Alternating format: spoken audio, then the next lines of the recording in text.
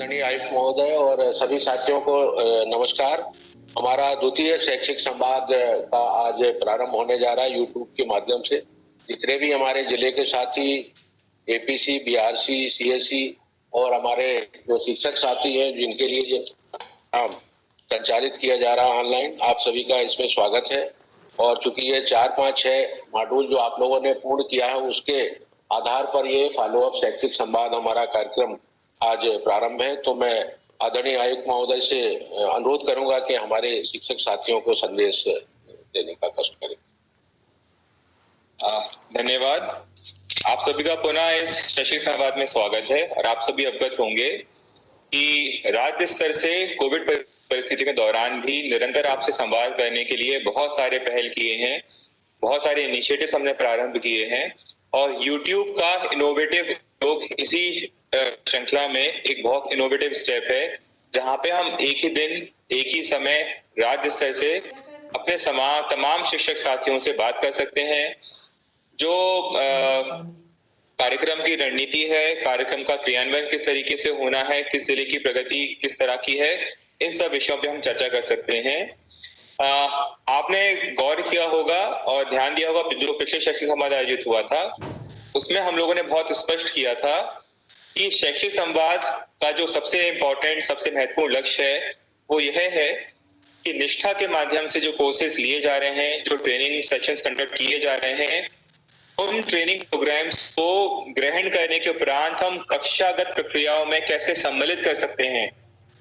कैसे प्रशिक्षण से सीखी हुई नई जो बातें हैं, जो हमने प्रशिक्षण का पूरा सार है, कैसे हम अपनी कक्षागत प्रक्रियाओं में उसको सम्मिलित करें और जो क्लासरूम ट्रांजैक्शन होता है, बच्चों को पढ़ाने में, बच्चों को समझाने में हम कैसे इन सभी चीजों का उपयोग कर सकते हैं, यह सबसे इंपॉर्टेंट उद्देश्य है। आप देख रहे हैं कि शिक्षा प्रशिक्षण एक ऐसी फील्ड है, एक ऐसा इंटरवेंशन है जो लंबे समय से चला आ रहा है, लेकिन जिस तरह से सीएम राइज के माध्यम से हमने शिक्षक की जो मूलभूत आवश्यकताएं हैं उनको ध्यान में रखते हुए कोर्स डिजाइन किए थे और दिसंबर के पहले सप्ताह से अक्टूबर के पहले सप्ताह से जब निष्ठा के कोर्सेज लॉन्च हुए हैं, तो निष्ठा के कोर्सेज में भी इन बातों का ध्यान रखा गया है कि हमारे जो कोर्स हो, जो शिक्षण सामग्री हो, जो प्रशिक्षण सामग्री हो, वो सतही ना हो, थ्योरेटिकल ना हो, वो क्लासरूम की, स्कूल की, हमारे जो शिक्षक साथी हैं उनकी जो आवश्यकताएं हैं, उनके जो पेडागोजिकल स्किल्स हैं, उनको ध्यान में रख के ही डिजाइन की जाए। और इन शैक्षिक संवाद को आयोजित करने का सबसे बड़ा उद्देश्य यही है। आप याद करिए, जब हमने निष्ठा की प्रारंभिक बीसी ऑर्गेनाइज की थी, उसमें एक बात पे काफी जोर दिया था कि किसी भी जिले का ध्यान और जिले के साथ साथ हमारे डीपीसी, डाइट, बीएसी, बीआर, हमारे शिक्षक सिर्फ आंकड़ों पर ना हो कि हमारे जिले में इतने शिक्षक हैं, इतने जिलों में शिक्षकों ने निष्ठा के जो कोर्सेज हैं उनको पूर्ण कर लिया है। हमारा ध्यान पूर्णतः इस बात पर होना चाहिए कि निष्ठा के माध्यम से जो बातें हमने सीखी हैं, प्रशिक्षण के दौरान जो नई बातें हमारे संज्ञान में आई हैं, उनको ग्रहण करें, उनको स्वीकार करें और कैसे इस नए अर्जित ज्ञान को हम कक्षागत प्रक्रियाओं को बेहतर बनाने के लिए, प्रभावी बनाने के लिए कैसे हम उपयोग कर सकते हैं, सबसे ज्यादा ध्यान इन्हीं बातों पे देने की आवश्यकता है। और सिर्फ इसी एक मूलभूत उद्देश्य के साथ शैक्षिक संवाद आयोजित जाता है, जहां पे पहले शैक्षिक संवाद में जो पहले निष्ठा के 3 कोर्सेज थे, हमने उन पर चर्चा की थी और आज निष्ठा के course number 4, course number 5, course number 6 जो है उस पर हम चर्चा करेंगे और उन कोर्स से आप क्या सीखना है, क्या नई बातें हैं जो आपको ग्रहण करनी है और कैसे उनका उपयोग क्लासरूम में करना है, उस तरह का एक प्रस्तुतिकरण आपके समक्ष किया जाएगा। मैं बहुत संक्षेप में तीनों ही कोर्सेज का ओवरव्यू आपके सामने रखूंगा। जो मूल बातें इन कोर्सेज में है, जो मैंने देख पाया हूं और समझ पाया हूं। जो कोर्स नंबर 4 है वो है शिक्षण सीखने की प्रक्रिया में लिंग को एकीकृत करना, यानी कि जो जेंडर इंक्लूजन की हम बात करते हैं। आप देख रहे हैं कि जिस तरह से हमारे देश में सामाजिक और आर्थिक विकास हो रहा है, महिलाओं की जो भूमिका है वो बढ़ती जा रही है और हमारा शिक्षा विभाग एक बहुत अच्छा उदाहरण है। शिक्षा विभाग में बहुत बड़ी संख्या में जो कार्यरत स्टाफ है वो स्वयं महिलाएं हैं।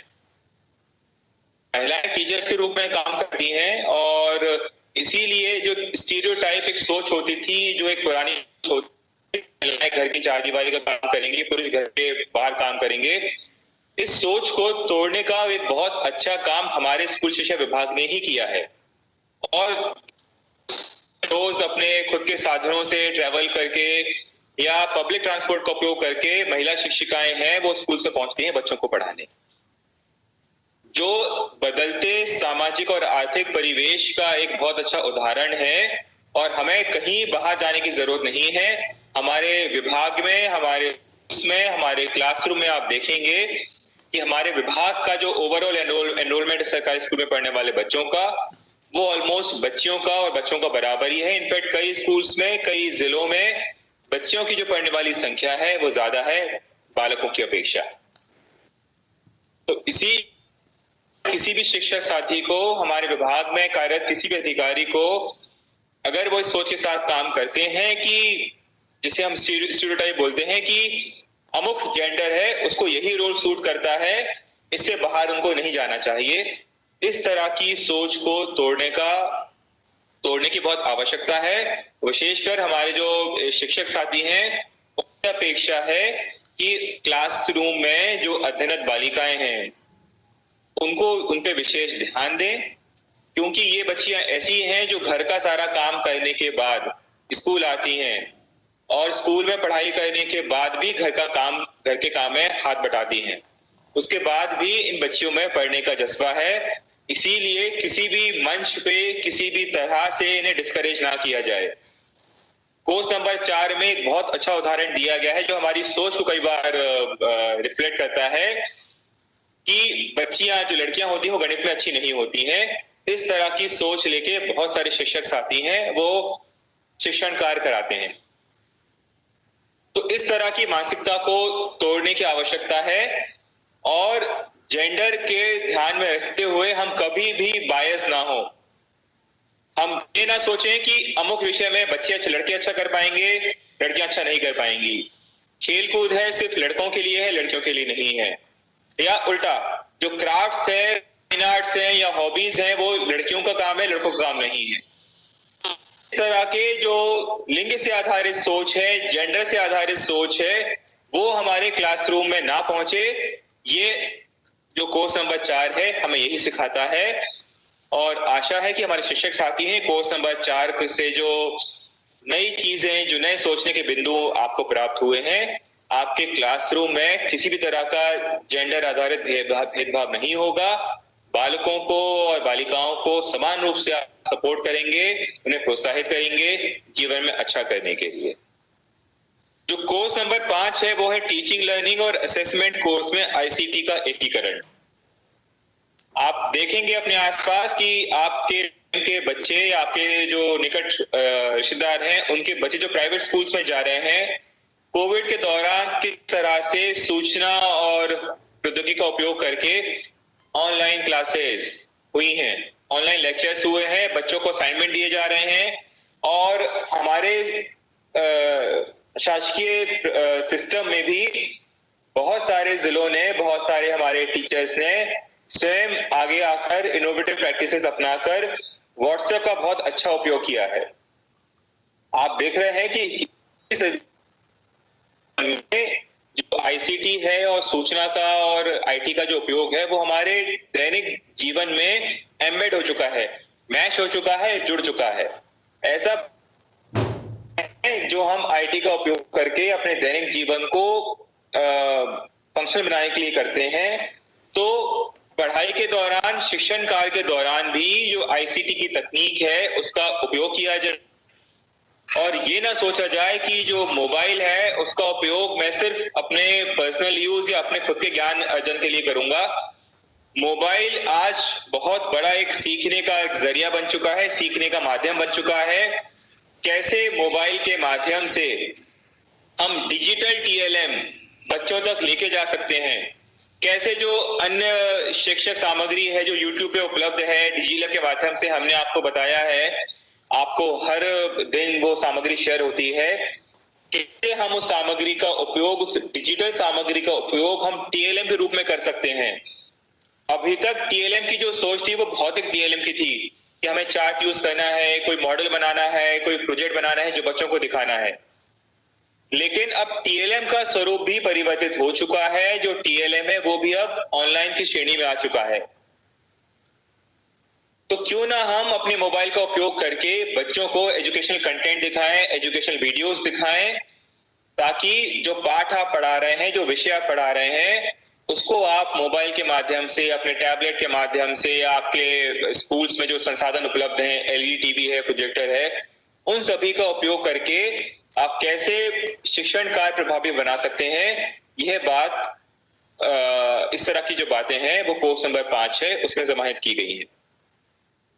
अगला जो कोर्स है आर्ट इंटीग्रेटेड लर्निंग, यानी कैसे हम कला का उपयोग अपनी शैक्षणिक प्रक्रिया को और सुदृढ़ कर सकते हैं। जब हम कला की बात करते हैं तो कला का मतलब सिर्फ ड्राइंग या आर्ट्स नहीं है, सिर्फ ड्राइंग पेंटिंग नहीं है। जितनी भी तरह के परफॉर्मिंग आर्ट्स होते हैं, चाहे नृत्य हो, चाहे वो संगीत हो, चाहे वो पेंटिंग हो या फाइन आर्ट्स हो, कैसे हम इन सभी स्किल्स का उपयोग करके अपनी शिक्षण व्यवस्था है उसको मजबूत कर सकते हैं और उससे ज्यादा उसको रोचक बना सकते हैं।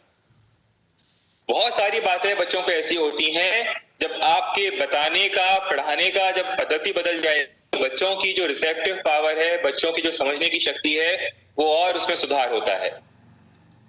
कई बार चौक, डस्टर और किताबें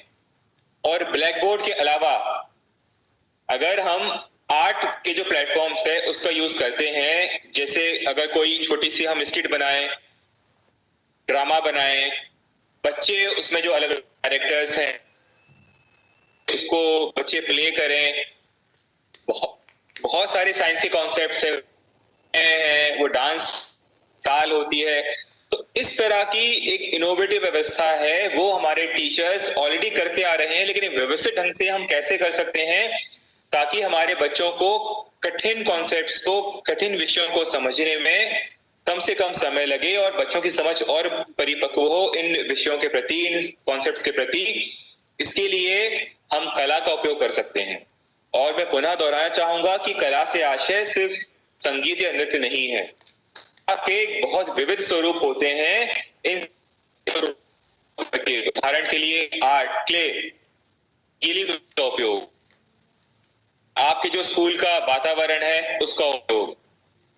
हमारे ग्रामीण परिवेश में बहुत सारी लोकोक्तियां होती हैं, लोक संगीत होते हैं, लोकगीत होते हैं,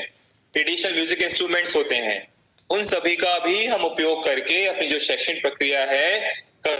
उसको हम और मजबूत कर सकते हैं। तो ये कोर्स नंबर 4, 5 और 6 में जो ओवरव्यू है, जो उसमें जो बातें निहित हैं, उसका कुछ संक्षेप में मैंने प्रस्तुतिकरण दिया था। और मेरा सभी टीचर से और सभी हमारे जो अधिकारीगण हैं उनसे आग्रह है, अनुरोध है, वो यही है कि हम सिर्फ आंकड़ों के पीछे ना भागें। प्रायः सभी जिलों ने अच्छा काम किया है और हमारा जो लोएस्ट परफॉर्मिंग जिला है वो 82% पे है, और छिंदवाड़ा, नीमच, नरसिंहपुर, बैतूल हमारे जिले हैं। ये लगातार सीएम राइज पे और निष्ठा पे लगातार ये टॉप 3 जिले हुए हैं। जो आगरमालवा जिला है, बुरहानपुर है, सीधी है, अलीराजपुर है, इंदौर है, डिंडोरी है, आपको थोड़ा सा और मेहनत करने की आवश्यकता है। लेकिन मैं फिर कहूंगा कि हमारा जो सबसे लोएस्ट परफॉर्मिंग जिला जो है आगरमालवा, वहां भी हमारा जो अचीवमेंट है वो 82% है, जो कम नहीं है। लेकिन अभी भी हमारे पास जो गैप है हम उसकी पूर्ति कर सकते हैं। लेकिन हमारी सफलता नंबर से ज्यादा है, हमें एक बड़े स्तर पे, बड़े पैमाने पे देखने की जरूरत है। जो बार बार शैक्षिक संवाद में कहते आ रहे हैं कि कोर्स कंप्लीशन से ज्यादा होगा कि हमारा प्रत्येक शिक्षक साथी निष्ठा से आधारित जो कोर्स है उसकी एक बुकलेट बना लें, एक कॉपी बना लें, एक रजिस्टर बना लें, जहां पे जो कोर्स के जो मुख्य बिंदु हैं वो नोट करते चलें, ताकि जब आप स्कूल्स खुलें, स्कूल्स में जाएं तो आप एक बेहतर तैयारी के साथ जाएं, आप एक नए स्किल सेट के साथ जाएं, ताकि आपकी जो पेडागोजिकल स्किल्स हैं वो इंप्रूव हो सकें।